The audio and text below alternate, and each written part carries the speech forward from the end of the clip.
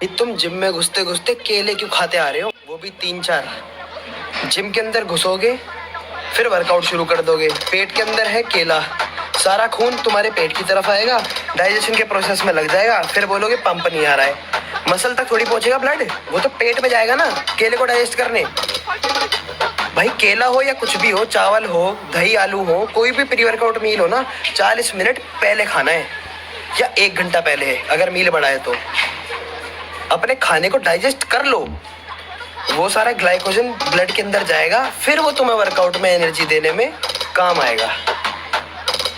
तो घुसते घुसते केले खाते आ रहे हो, वो वर्कआउट के बीच में डाइजेस्ट हो रहे हैं, फिर मसल के अंदर ब्लड नहीं पहुंचा रहा, फिर बोल रहे पंप नहीं आया, दोष दे दिया प्री वर्कआउट को। अबे ऐसे नहीं होता भाई, मैं बस समझा रहा हूँ तुमको कि गैप रखना है, पेट में कुछ होना नहीं चाहिए वर्कआउट के टाइम। समझ में आई? समझ में आए तो फॉलो करो।